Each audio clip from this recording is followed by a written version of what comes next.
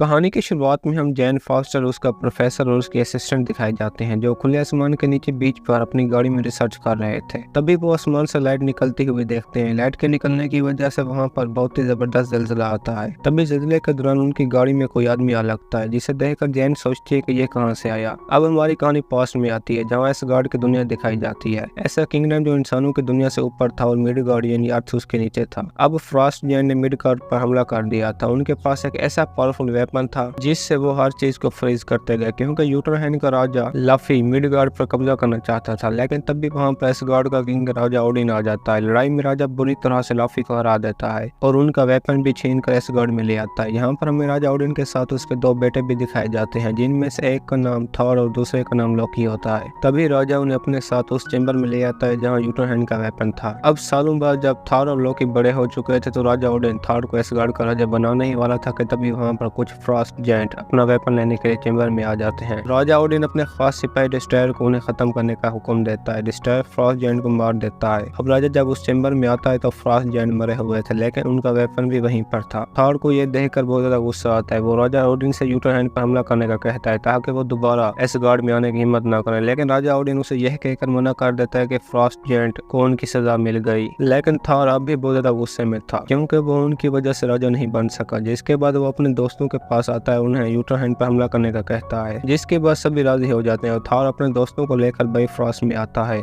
जहां राजा का खास सिपाही हेमडाल उसका सिक्योरिटी गार्ड था। हेमडाल के पास एक ऐसी तलवार थी जिससे बाइफ्रॉस्ट खुलती थी। थॉर उसे यूटरहैन जाने का कहता है, क्योंकि बाइफ्रॉस्ट एक ऐसी मशीन थी जिससे वो एक प्लेनेट से दूसरे प्लेनेट में जाते थे। अब इस सब के बाद सभी यूटरहैन में पहुंच जाते हैं तो उन्हें वहां पर कोई भी दिखाई नहीं देता। तभी थॉर वहां चीख कर कहता है कि क्या कोई यहाँ है, क्या सभी हमसे डर गए। तभी वहाँ पर फ्रॉस्ट जायंट का राजा लाफी उसके सामने आ जाता है, जिसे देखते ही लोकी थॉर से कहता है कि उन्हें वापस चलना चाहिए, लेकिन लाफी उन्हें वापस नहीं जाने देता और उनमें फाइट शुरू हो जाती है। थॉर अपनी थंडर पावर से सभी को मार देता है। उनकी ये लड़ाई काफी देर तक चलती है, लेकिन तभी वहाँ पर फ्रॉस्ट जायंट का एक बड़ा मॉन्स्टर आ जाता है। उनमें से एक फ्रॉस्ट जायंट जब लोकी का हाथ पकड़ता है तो लोकी भी उन जैसा हो जाता है जैसे वो उन्हीं में से हो। तभी थॉर अपनी थंडर पावर का इस्तेमाल करते ही हैमर की मदद से मॉन्स्टर को मार देता है। तभी मॉन्स्टर के मरने की वजह से फ्रॉस्ट जायंट गुस्से में आ जाते हैं और वो उन पर हमला करने ही वाले होते हैं कि तभी वहाँ पर राजा ओडिन आ जाता है। थॉर उनसे कहता है कि अब तुम नहीं बच सकोगे, लेकिन राजा ओडिन लफी से माफी मांगता है, लेकिन लफी राजा से कहता है कि अब तुम यहाँ से जिंदा नहीं जा सकोगे। फिर राजा ओडिन अपनी पावर से थॉर और उसके दोस्तों को वापस एसगार्ड में ले आता है। अब एसगार्ड में पहुंचने के बाद राजा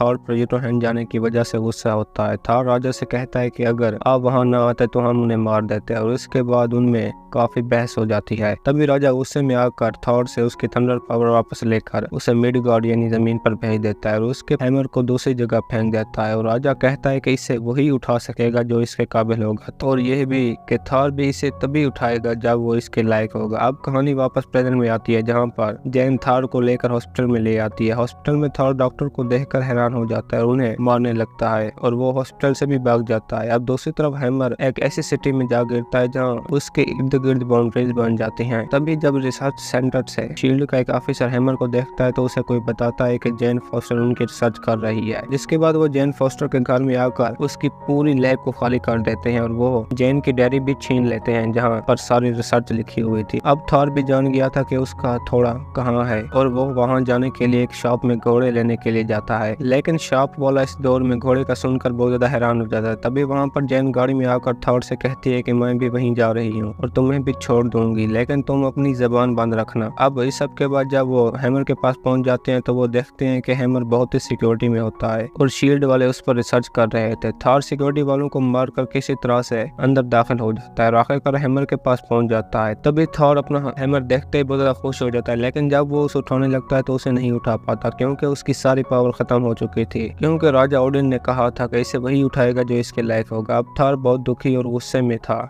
तभी शील्ड का ऑफिसर आकर थॉर को पकड़ लेते हैं, तो इसी बीच थॉर वहीं पर लोकी को देखता है। लोकी थॉर से कहता है कि तुम्हारी वजह से राजा ओडिन की डेथ हो गई, क्योंकि वो तुम्हारी वजह से बहुत परेशान हो गए, वो तुम्हारा एसगार्ड से जाना बर्दाश्त नहीं कर पाए। अब थॉर इस सब का खुद को कसूरवार समझ रहा था कि उसकी गलती और गुस्से की वजह से राजा ओडिन मारे गए। अब दूसरी तरफ एसगार्ड में थॉर के दोस्त थॉर की वजह से बहुत ज्यादा अपसेट थे, क्योंकि वो किसी भी तरह से थॉर को वापस लाना चाहते थे। वो जब थॉर के कहने पर राजा ओडिन के पास आते हैं तो वहाँ पर लोकी राजा बना हुआ था और वो थॉर को वापस लाने के लिए मना कर देता है, क्योंकि वो जान गया था कि लोकी राजा का असल बेटा नहीं है, इसलिए वो खुद राजा बनना चाहता था। और यहाँ हमें मालूम होता है कि राजा ओडिन भी जिंदा है। लोकी ने थॉर को झूठ बोला था कि राजा ओडिन मर चुके हैं। अब वो खुद भी राजा ओडिन को मारना चाहता था ताकि एसगार्ड का राजा बन सके, क्योंकि वो जानता था कि थॉर मिडगार्ड में है और वो वापस नहीं आ सकता, इसलिए वो यूटरहैंड जाता है। लोकी यूटरहैंड का राजा लॉफी से कहता है कि अगर वो राजा ओडिन को मार दे तो तुम्हें तुम्हारा वेपन वापस दे दूंगा, जिसे सुनकर लॉफी बहुत ज्यादा खुश हो जाता है, क्योंकि वेपन के वापस मिलने पर वो फिर से पहले जैसे ताकतवर हो जाएंगे और वो लोकी की डील एक्सेप्ट कर लेता है। अब इस सब के बाद जैन का प्रोफेसर शील्ड बलून के पास आता है। वो उन्हें थॉर के जेली आईडी कार्ड दिखाते हैं। तभी प्रोफेसर उन्हें कहता है कि वो नहीं जानता कि ये रिस्ट्रिक्टेड एरिया है, जिसके बाद वो थॉर को छोड़ देते हैं। अब वापस आते वक्त थॉर उनकी टेबल से जैन की डायरी भी उठा लेता है और वो एक पब में आकर ड्रिंक करते हैं। तभी ड्रिंक करने की वजह से प्रोफेसर बेहोश हो जाता है और थॉर उन्हें उठाकर जैन के पास ले आता है, जिसके बाद वो आपस में बातें करने लगते हैं। थॉर जैन को उसी की डायरी भी देता है जो उसने शील्ड वालों से उठाई थी, जिसे देखकर जैन खुश हो जाती है। अब जैन थॉर से पूछती है कि वो कहाँ से आया है, क्योंकि अब वो दोनों एक दूसरे को पसंद करने लगे थे। तभी थॉर उसे बताता है कि वो एक किंग का बेटा है और वो एसगार्ड से आया है, जहाँ पर वो राज करते थे। इसके बाद वो उसे बताता है कि हम जमीन को मिडगार्ड कहते हैं और वो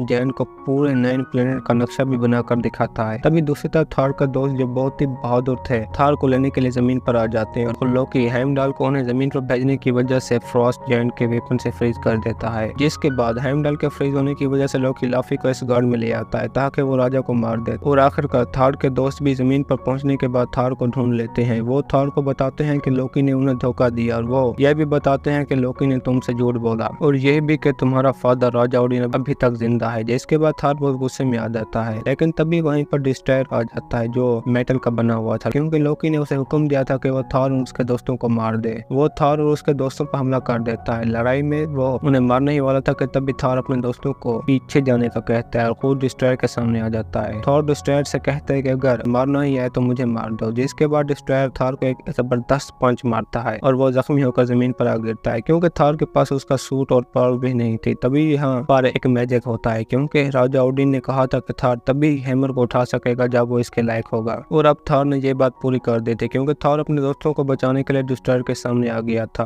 अब उसकी सारी पावर भी वापस आ जाती है और वो अपने हैमर से डिस्ट्रॉयर को मार देता है। अब वापस जाने से पहले थॉर जैन से कहता है कि वो वापस आएगा, क्योंकि वो एक दूसरे से बहुत ज्यादा प्यार करते थे और एक दूसरे के बिना रह भी नहीं सकते थे, जिससे हमें मालूम हो जाता है कि एक दूसरी दुनिया के गार्ड को जमीन की लड़की से प्यार हो गया था। जिसके बाद थॉर अपने दोस्तों को लेकर वापस एसगार्ड जाता है, जहाँ पर हेमडाल ने आइस को तोड़कर बाइफ्रॉस्ट को खोल दिया था। अब इस सब के बाद लफी जब राजा ओडिन को मारने वाला था तो तभी वहीं पर लोकी उसे मार देता है। तभी हमें जहाँ पर मालूम होता है कि लोकी ने ये सब को राजा ओडिन के सामने खुद को साबित करने के लिए किया था ताकि वो राजा बन सके। इसके बाद लोकी वहां से निकलकर बाइफ्रॉस्ट में जाता है और उसे खोल देता है। लोकी बाइफ्रॉस्ट में अपनी ऐसी मैजिकल पावर इस्तेमाल करता है जिससे यूटरहैंड तबाह होने लगते हैं। वो यूटरहैंड को इसलिए तबाह करना चाहता था कि राजा बनने के बाद उसका कोई भी दुश्मन न रहे। तभी वहां पर थॉर आ जाता है। थॉर लोकी को ये सब रोकने का कहता है, लेकिन वो थॉर की बात नहीं मानता और दोनों में फाइट शुरू हो जाती है। अब बाइफ्रॉस्ट के न रुकने की वजह से थॉर ब्रिज को तोड़ने लगता है, क्योंकि यही एक तरीका था जिससे बाइफ्रॉस्ट को रोका जा सकता था। अब ब्रिज के टूटने के बाद थॉर और लोकी नीचे स्पेस में गिर रहे थे कि तभी वहां पर राजा ओडिन आ जाता है और वो थॉर का हाथ पकड़ लेता है। लोकी ने थॉर को पकड़ा था, लेकिन जब वो राजा ओडिन को देखता है तो वो महसूस करता है कि वो खुद को राजा ओडिन के सामने राजा बनाने के लिए साबित नहीं कर सका, जिसकी वजह से वो अपना हाथ छोड़ देता है और स्पेस में गिर जाता है। अब सभी जान गए थे कि लोकी की ब्रिज से गिरने की वजह से मौत हो गई, जिसकी वजह से वो परेशान थे। आखिर में राजा ओडिन थॉर से कहता है कि वो एक समझदार राजा बनेगा, लेकिन थॉर कहता है कि वो आपसे बेहतर राजा कभी भी नहीं बन सकता। अभी मुझे आपसे बहुत कुछ सीखना है ताकि आपको मुझ पर नाज हो सके। अब कहानी के आखिर में थॉर के पहुंचने पर हेमडाल उसे बताता है कि जैन आपको ढूंढती रहती है और यह भी मालूम होता है कि ब्रिज से गिरने की वजह से लोकी भी अभी तक जिंदा है, मरा नहीं। और इसी के साथ ही हमारी आज की ये कहानी खत्म होती है। दोस्तों, अगर आपको हमारी कहानी पसंद आई हो तो वीडियो को लाइक और चैनल को सब्सक्राइब जरूर कीजिए।